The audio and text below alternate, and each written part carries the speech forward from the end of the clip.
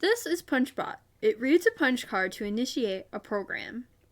Pause the video when I click on a block to read the settings down below here. This first block deletes any pre-existing file on the brick titled Program.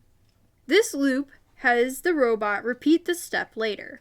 This screen block displays the text asking you to insert a card.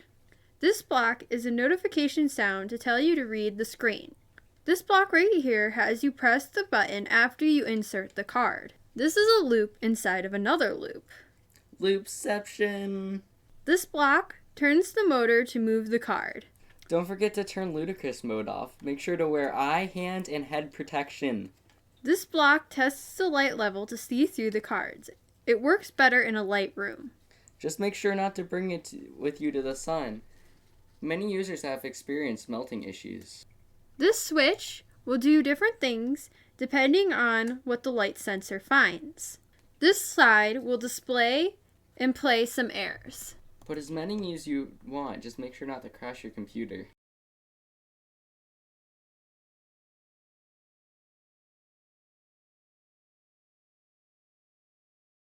This is so you can put the card back in and press the button again if it fails. This block waits 2 seconds and then it starts reading again.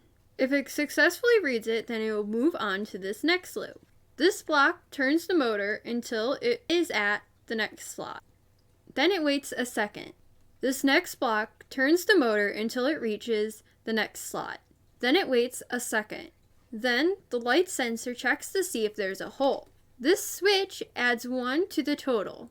The false side will remain empty. The next section is a repeat of the last, but it adds 10 instead of 1. This one adds 100, and this one adds 1,000. This loop should be set to count 1. This set of blocks stores the card value to be read later to perform the program.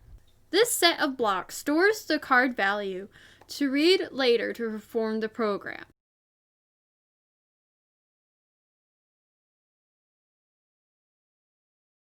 This loop should also be set to count 1.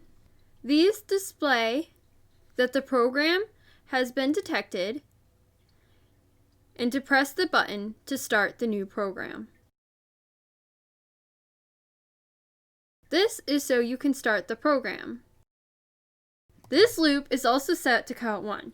Then inside, it reads the program and goes to the corresponding numbered switch and starts that program.